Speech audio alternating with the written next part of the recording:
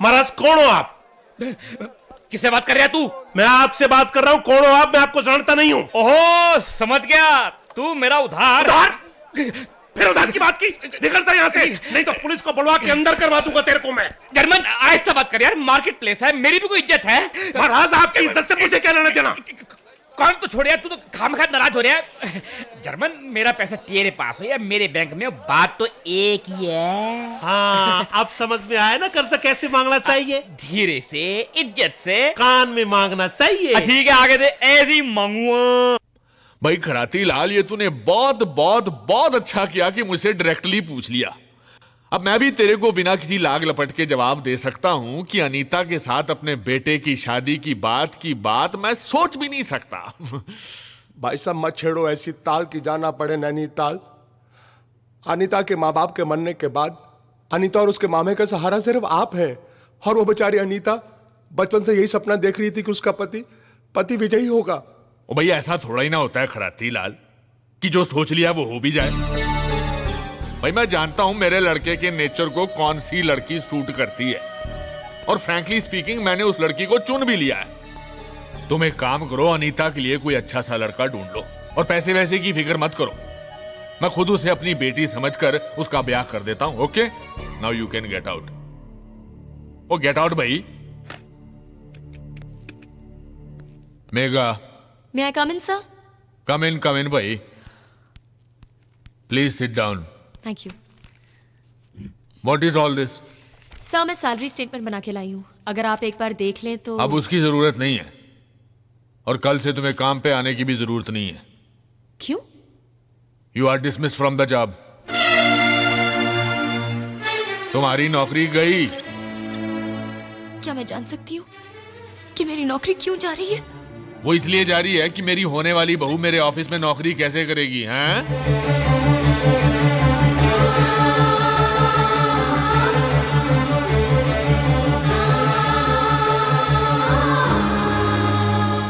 ओ ये तो मैंने कुछ टू मच ही कर दिया, तुमसे तो पूछा ही नहीं। चलो अब पूछ लेते हैं, भाई क्या तुम मेरे बेटे से शादी करोगी? हैं? हैं? ओए कमाल हो गया, हाथे पुत्र। ओहो, आई एम सो हैप्पी, जैसे शारजा में इंडिया पाकिस्तान से क्रिकेट में जीत गया हो। ओए तू पुत्र जाकर महरौली में मेरे फार्म पर जा। बट सर्वर कुछ नहीं, वहां मुझे पहले बैठा है, उससे जाकर मिल, दिल खोल कर बातें कर, मुझे रिजल्ट पहले ही पता है। ओए मुहूर्त निकलवाता हूँ, फैंटास्टिक काम हो गया जी पुत्र। ओए तू फाइल में तू मार गोली, कमाल हो गया यार।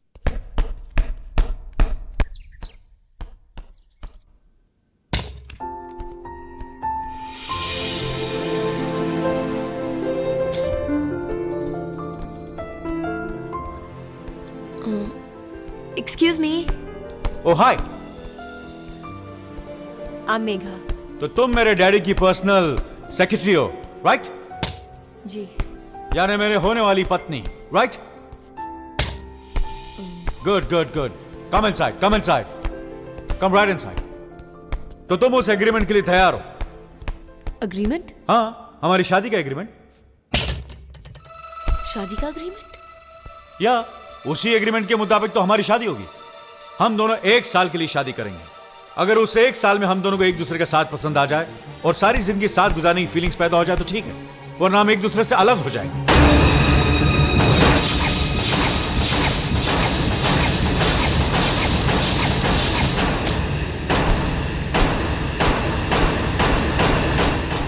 हो, तो आप मुझे 1 साल के लिए अपनी रखेल बनाना चाहते हैं? रखेल?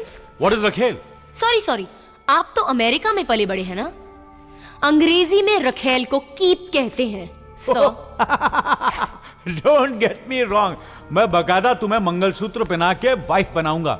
और मैं इतना तो जानता हूं कि मंगलसूत्र पहनने वाली औरत कीप नहीं, वाइफ कहलाती है। अच्छा, तो ये सोचकर आप मंगलसूत्र पहनाने की चाल चल रहे हैं। लेकिन सर, ये अमेरिका नहीं है जहां डॉलर फेंकने से कोई भी औरत आपके साथ सो जाती है। ये हिंदुस्तान है, यहाँ पैसों से बात नहीं बनती। लिसन, मैं कोई तुम्हारे बगल में सोने का प्लान नहीं बना रहा हूं। मैं कोई आपके दरवाजे पर बिछा हुआ पायदान नहीं हूं जिस पर आपने 1 साल के लिए पांव पहुंचती और फिर फेंक दिया। मैं कोई ऐसी वैसी लड़की लगती हूं क्या कि जब चाहा बेडरूम में बुला दिया, जब चाहा अंधेरे में खड़ा कर दिया? बहुत आत्मसम्मान है मुझ में। Relax relax, why you getting so excited? जब मुश्किल आन पड़ती मैं है कोई तुम्हारे तो साथ हम घर का जबरदस्ती सामान थोड़ी कर रहा हूँ, बेचते वो हैं, तो मेरा घर डैड। बेचते हैं, जान पर आ बने तो मंगलसूत्र तक गिरवी रख देते हैं, लेकिन अपना आत्मसम्मान, अपनी इज्जत बेचने जितनी तरक्की अब तक इस देश की औरतों ने नहीं की है, समझे आप? नमस्ते।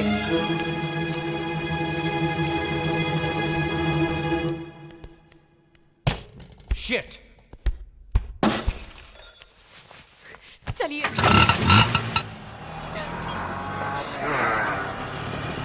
मुझे लगा कि आपने मुझ में कोई गुण देखा होगा, इसलिए आप मुझे अपनी बहू बनाना चाहते हैं। अब समझिए कि आपने मेरी सीरत का नहीं, सूरत का मोल लगाया था। मेघा वो बात नहीं है। बच्चा अगर चांद की जिद करे तो बाप उसे थाली में चांद दिखाकर उसे बहला लेता है, लेकिन ऑफिस में काम करने वाली लड़की जब पसंद आने लगे उसे अपने बेटे के पास भेज देने वाला बाप मैंने पहली बार देखा है। मेघा मेरी नहीं बात सर, तो सुनो। मुझे बोलने दीजिए सर, मुझे बोलने दीजिए। आपने ये तो बताया ही नहीं कि आपके बेटे को कैसे रिझाना होगा, उसकी चरणों की सेवा करके या उसे बेडरूम में कंपनी दे। बेटे तुम जो कह रही हो ठीक है, लेकिन मंगलसूत्र को 15 सेंटीमीटर धागा और 1 ग्राम हल्दी समझता है मेरा बेटा। उस मूर्ख को इसकी पवित्रता का अंदाजा ही नहीं है, लेकिन मैं जानता हूं कि उसको सुधारने की काबिलियत भी सिर्फ तुम में ही है। इसी विश्वास पर मैंने तुम दोनों के ब्याह की बात सोची थी, क्योंकि मुझे पता है कि तुम्हारे शील और तुम्हारे गुणों को देखने के बाद वो 1 साल नहीं 1000 साल तुम्हारे साथ जिंदगी गुजारेगा, मुझे यकीन है। उसी भरोसे पर मैंने तुमसे कॉन्ट्रैक्ट की बात नहीं कही। I am very sorry for that. मेरे भरोसे बहुत सी जिंदगियां हैं सर, बस उन्हीं को सुधार लूं बहुत है। मेघा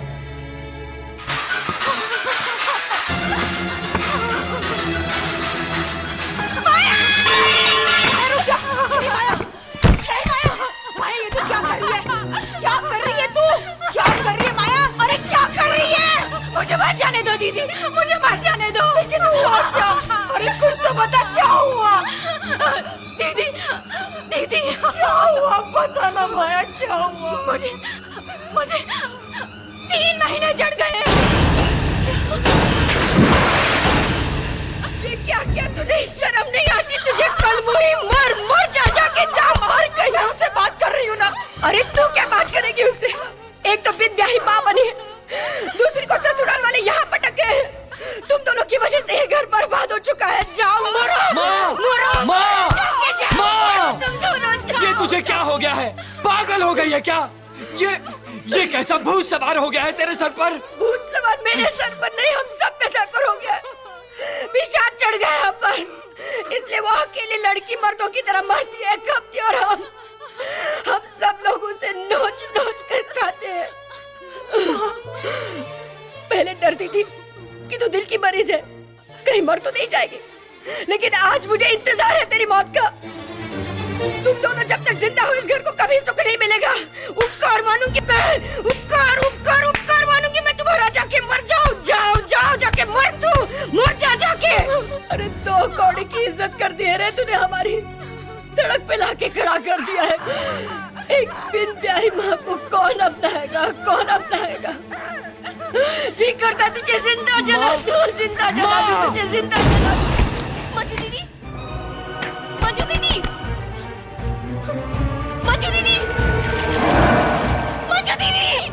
माँ! मंजू दीदी मिट्टी का तेल छिड़क कर अपने आप को आग लगा रही है। मंजू दीदी, मंजू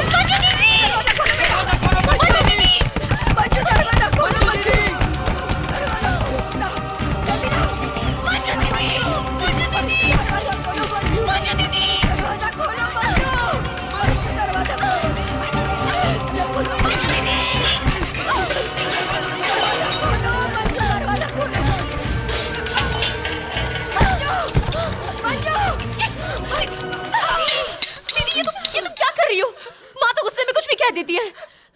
माँ की बातों पर नहीं मेघा, यही सोचकर कि तुम पर से कुछ तो बोझ कम हो जाए। वाह दीदी, बहुत अच्छी बात की है तुमने।